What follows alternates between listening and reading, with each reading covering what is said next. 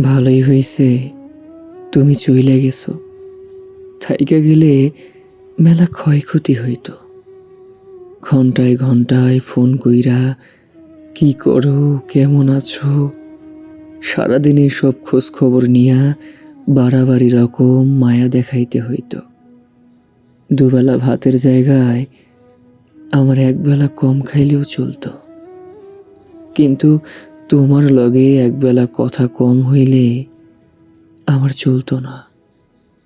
মনের ভেতর খসখস করতো, অস্থির অস্থির লাগতো। ভালোই হইছে তুমি চইলা গেছো।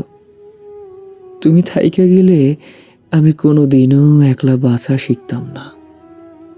জ্বর হইলে প্যারাসিটামলের বদলে খুঁজতে হইতো তোমার হাত। তুমি ছাড়া নিজের কাছে নিজেরে মনে হইতো ডানা ভাঙ্গা আহত পাখি। খোলা আসমান পাইতাম ঠিকই, কিন্তু উড়তে পারতাম না। তার চাইতে ভালোই হইছে তুমি চইলে গেছো।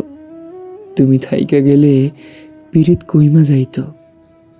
বছরের পর বছর এক পাতিলে এক বাটিতে পাক খাইয়া যাইতে যাইতে মুখে অরুচি বাঁধত, তিক্ততা চইলে আসতো।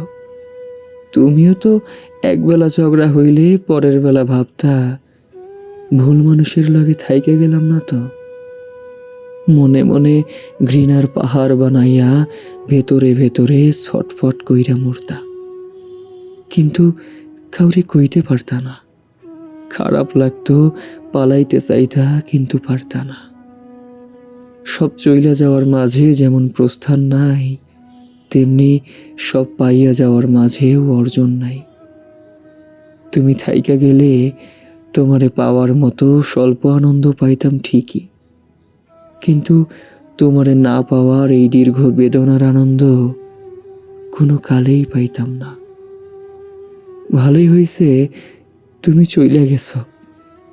থাইকা গেলে ভালোবাসা কম হইয়া যাইতো। 3 বেলা ভাতের জায়গায় একবেলা কম হইলেও আমার চলতো, কিন্তু একবেলা ভালোবাসা কম হইলে আমার কোনো কালেই চলতো না।